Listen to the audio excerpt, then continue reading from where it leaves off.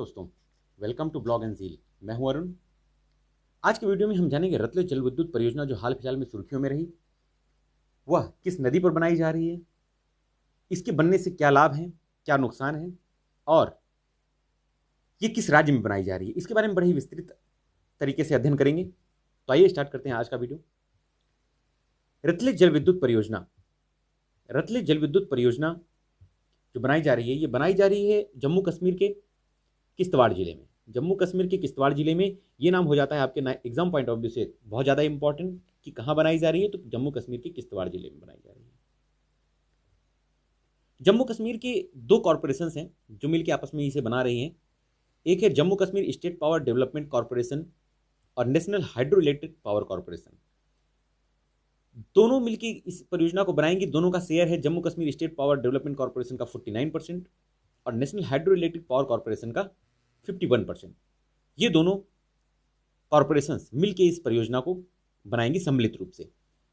बात करें ये किस नदी पर बनाई जा रही है, तो ये बनाई जा रही है चेनाब नदी पर। चेनाब नदी सिंधु नदी तंत्र का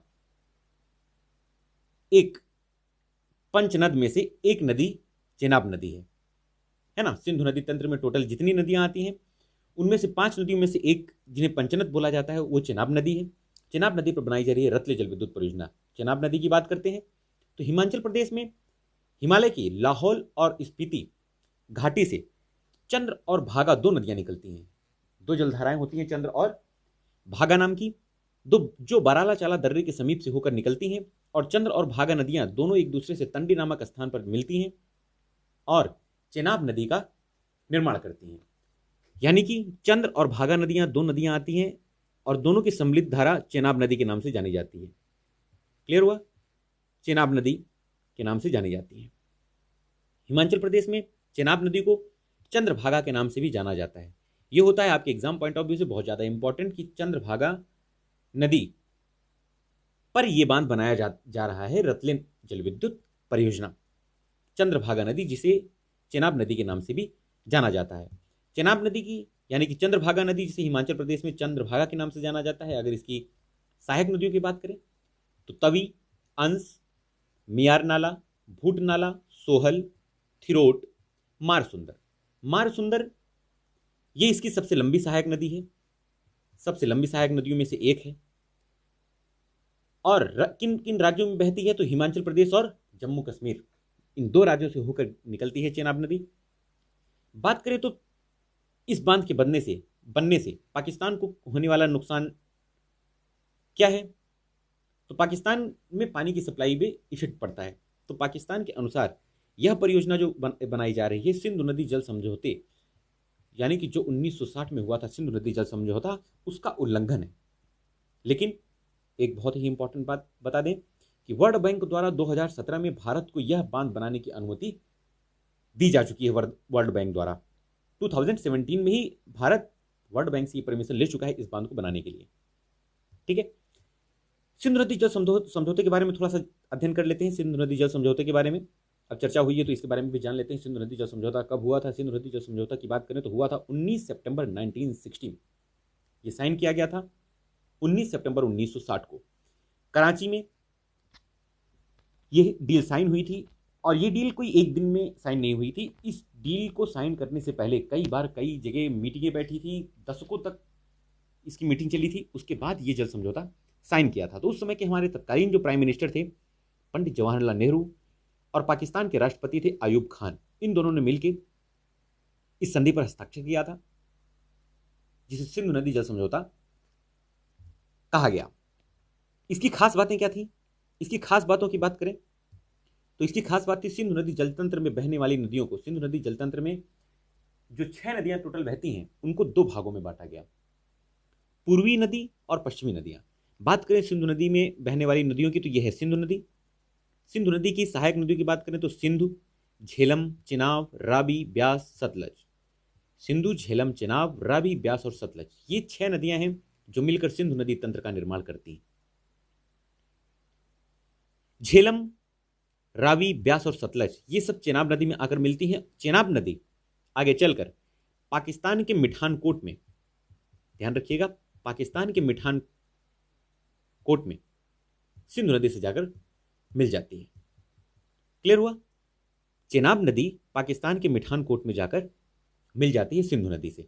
ये सारी नदियों का जो जमावड़ा है यही कहा जाता है सिंधु नदी तंत्र। इसमें इसे दो भागों में बांटा गया। सिंधु नदी तंत्र जल समझौता जो हुआ था, पश्चिमी नदियों में रावी, ब्यास और सतलज को रखा गया और पूर्वी नदियों में सिंधु, झेलम और चिनाब को रखा गया। यानी कि अगर ध्यान दें तो जो ऊपर की 3 नदियां हैं इन्हें कहा गया पूर्वी नदी, जिसमें सिंधु, झेलम और चिनाब आती हैं। पश्चिमी नदियां रावी, ब्यास और सतलज आती हैं। इन 6 नदियों को 3-3 भागों में डिवाइड कर दिया गया, पूर्वी और पश्चिमी नदियां। बात करें पूर्वी नदी की तो सिंधु, झेलम, चिनाब, इन नदियों का जल, सिंधु, झेलम, चिनाब, इनका जल 20% इंडिया के पास रहेगा और 80% पाकिस्तान यूज करेगा।